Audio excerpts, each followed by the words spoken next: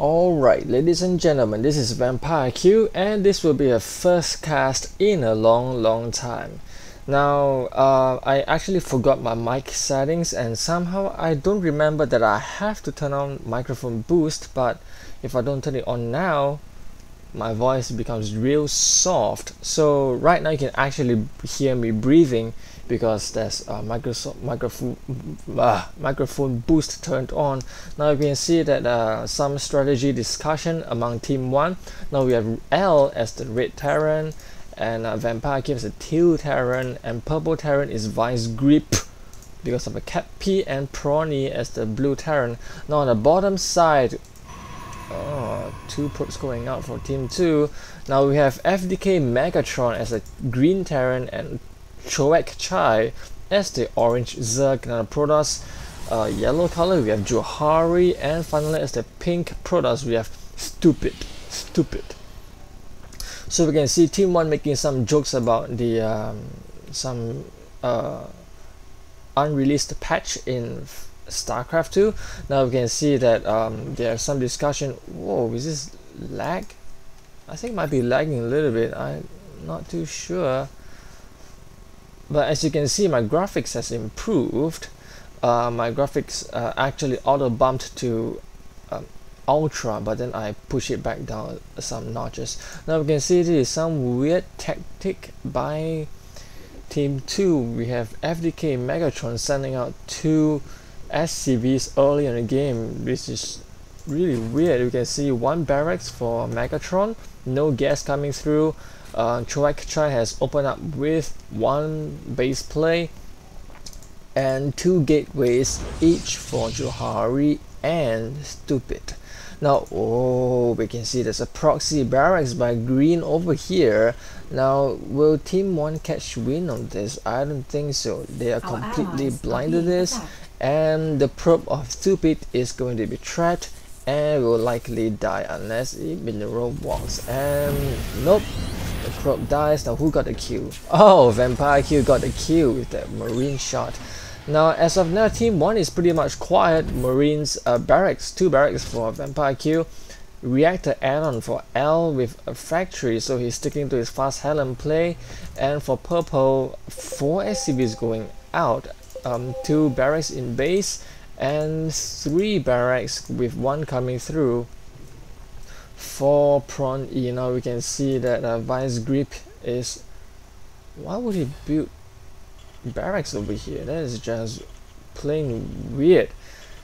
I would say this proxy location is very bad because it's so easily scouted. Now we can see the barracks for Megatron is completed. We should be expecting some early pressure knocking upon the doors of team 1 pretty soon, but as of now things are pretty quiet. I think Vampire has got a pretty good vision. He's got a supply depot spread out all over his base. It seems now purple pink actually has done the same thing, so both teams pretty much see the same thing, except that Megatron can see into the base, into the territory of team 1. Now will this be scouted? Whoa, seems like team 1 is has still got his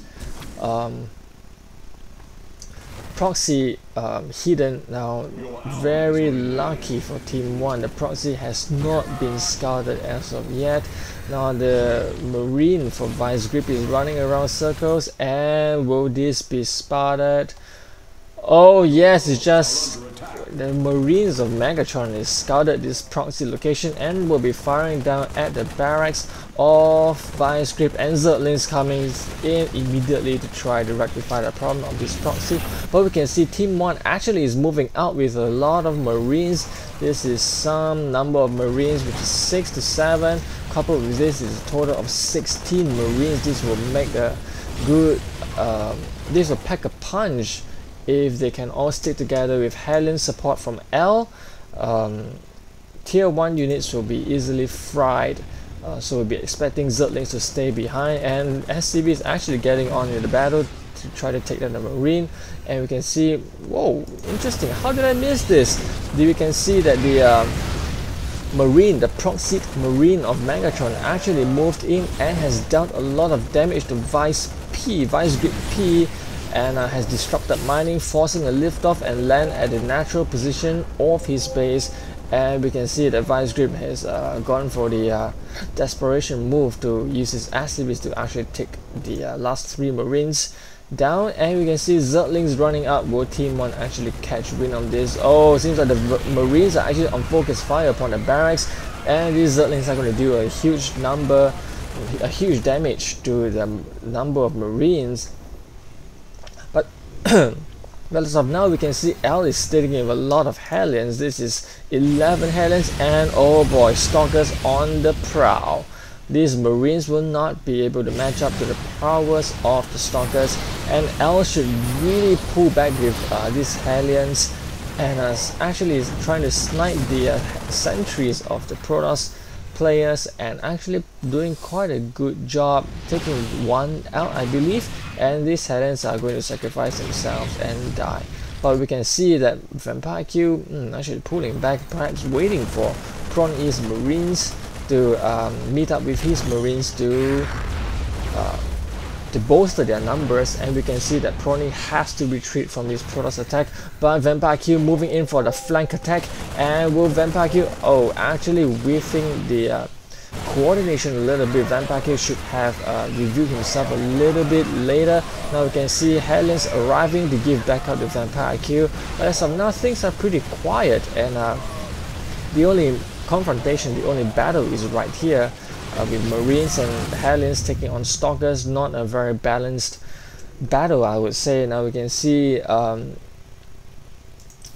Vice Grip actually has expanded, so he's the only one who has expanded for Team 1, while Team 2, they all have expanded except for Megatron. He'll be floating over the gold base, I would say. Now Team 1 is still sitting on a lot of forces. Vampire Q has got a nice number of Marines, and Vampire Q will be looking to take his expansion over at this spot where we are looking at right now.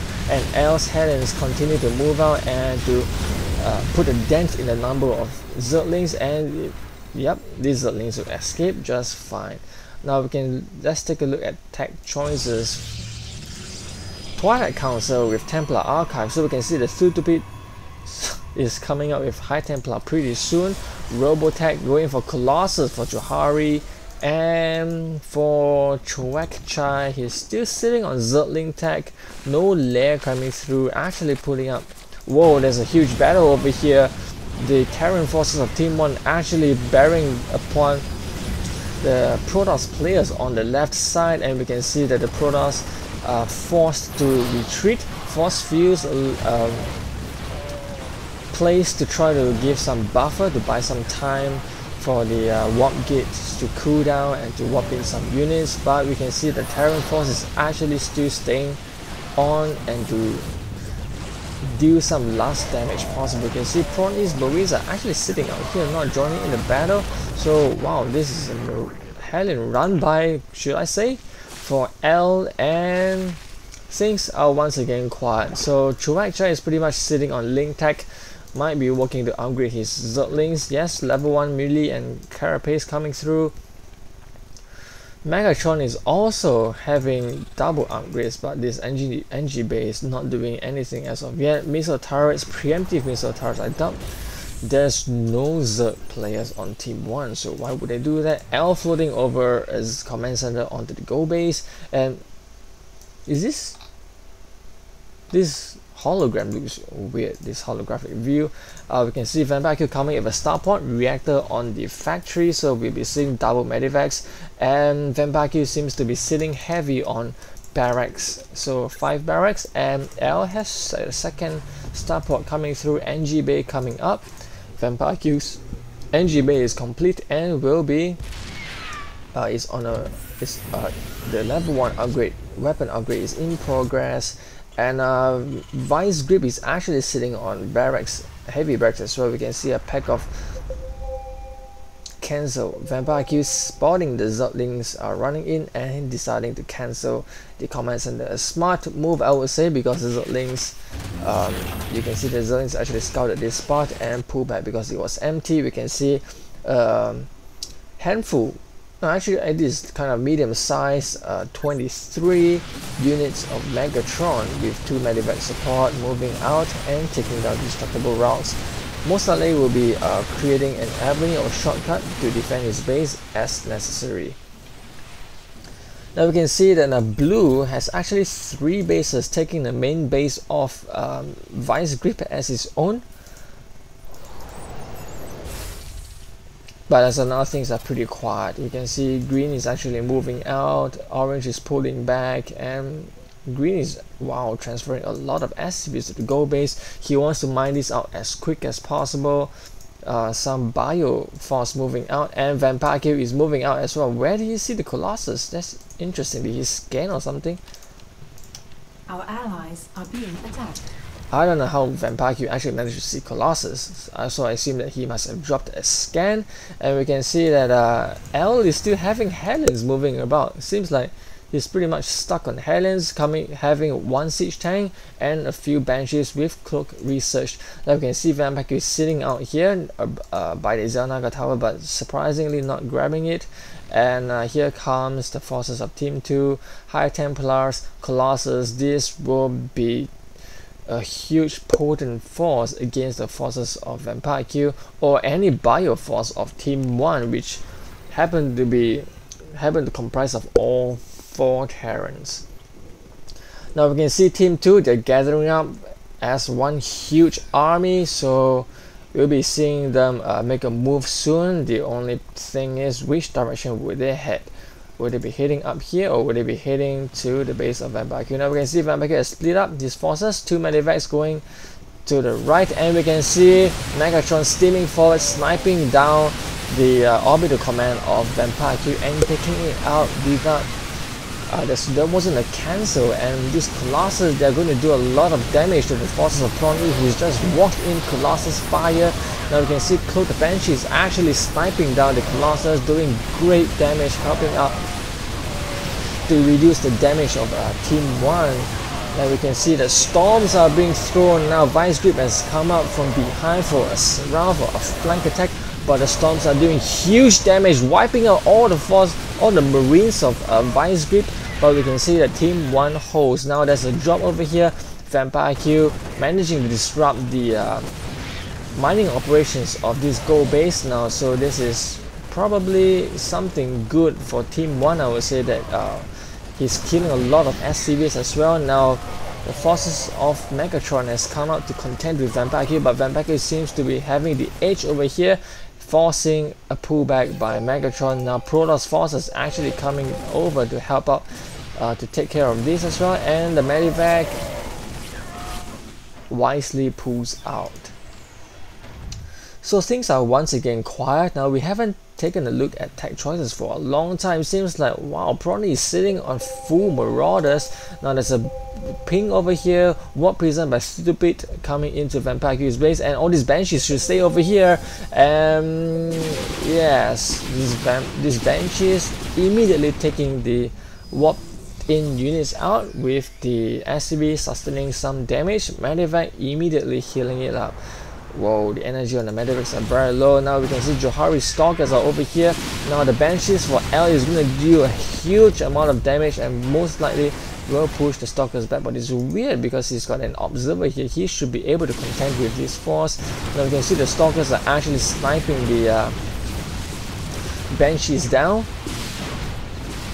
And the Banshees are also sniping the target, firing the Stalkers. But I would say that the Banshees will have the edge, and Vampire Q actually coming over to help L and managing to take one last Stalker out. Now we can see a lot of Warpings over here, Stalkers, High Templars and Zealots for Stupid.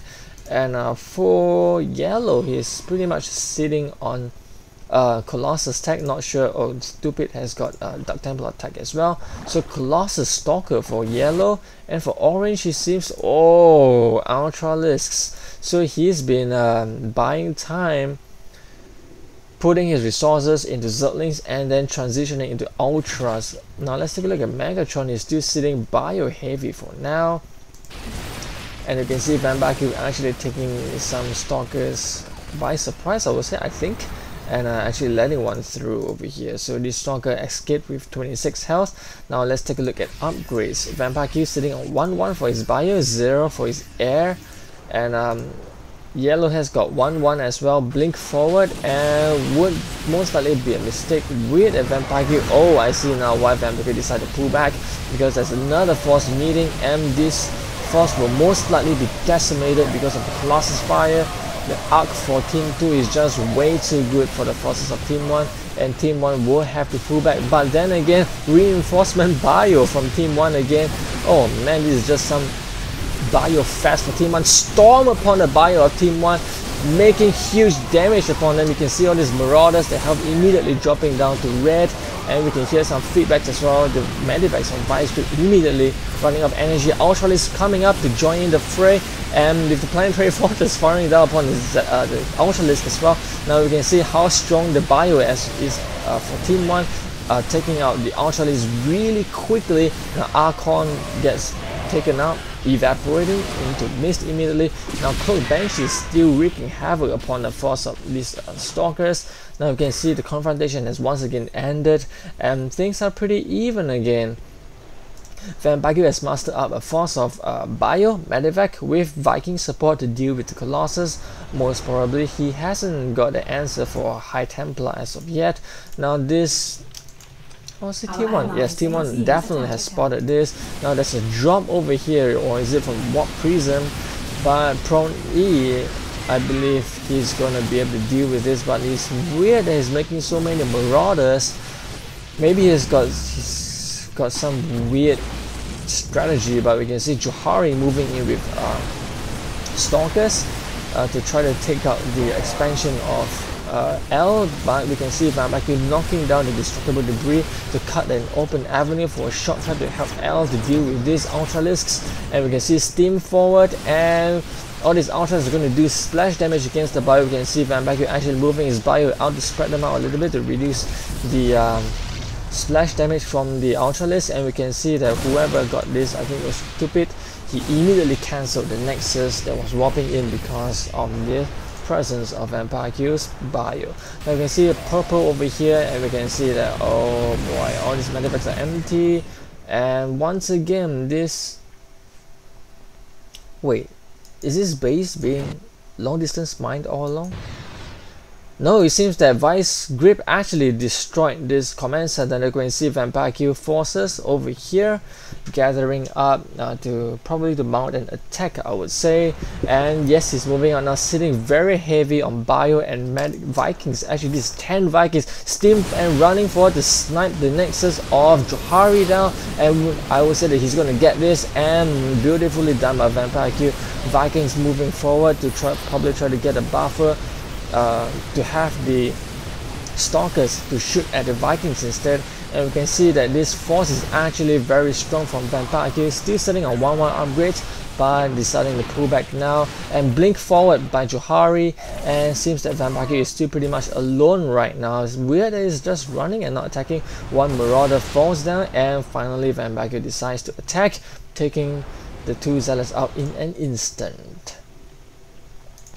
Now we can see High Templar moving out. Vampire must have seen this, and yes, he's steaming forward. Whoa, heavy storms. Wow, look at the health of the bio.